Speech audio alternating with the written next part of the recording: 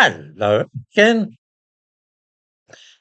Tommy Robinson appeared at Southwark Crown Court yesterday, charged with 2 counts of harassment, causing fear of violence.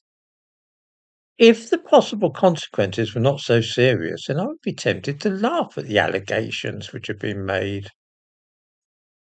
Before I detail them, I think we all know that journalists and film crews routinely ferret out the addresses of private citizens and then turn up on their doorstep to shout questions at them and film them as they arrive home or leave the house. We take all this for granted as part of the price which we pay for having a free press. The charges against Tommy Robinson relate to his supposed conduct towards 2 journalists from the Daily Mail online. It is alleged that he found out their addresses and offered to turn up on their doorsteps. It is said that on August the 5th last year, he posted on his Twitter account a direct message to one of the men, Jacob Dernhuber, in which he said, "I'll be knocking on your door." The following day, it is claimed that he posted photographs of the wife and children of the other journalist, Andrew Young, with the message, "I'm working upon a news piece about all of you. I won't identify any innocent people or give address because that's not morally right." The context for all this is that Tommy Robinson claims that those 2 journalists tracked him down to Cyprus and identified the location where he was staying with his family, and that he felt aggrieved and decided to do the same to them. The prosecution agree that Tommy Robinson has made no direct threats of violence.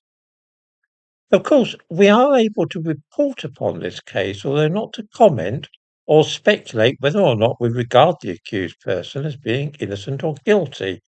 We must observe the sub judice rules.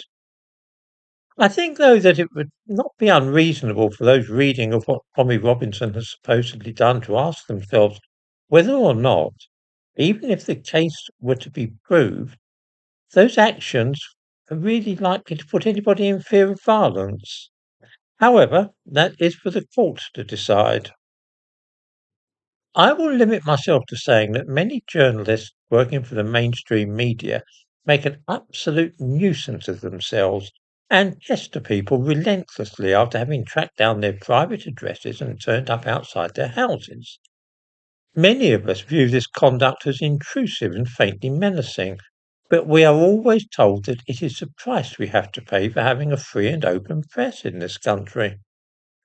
The trial of Tommy Robinson, which is due to take place in October next year, will perhaps furnish us with an opportunity for a public debate on how far it is reasonable for newspaper reporters and television camera crews to go, and whether or not they enjoy some special immunity which allows them to behave in this fashion.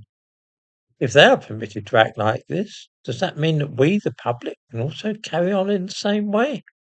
Or should both journalists and ordinary people be a little more circumspect in how they conduct themselves? It promises to be a most interesting trial.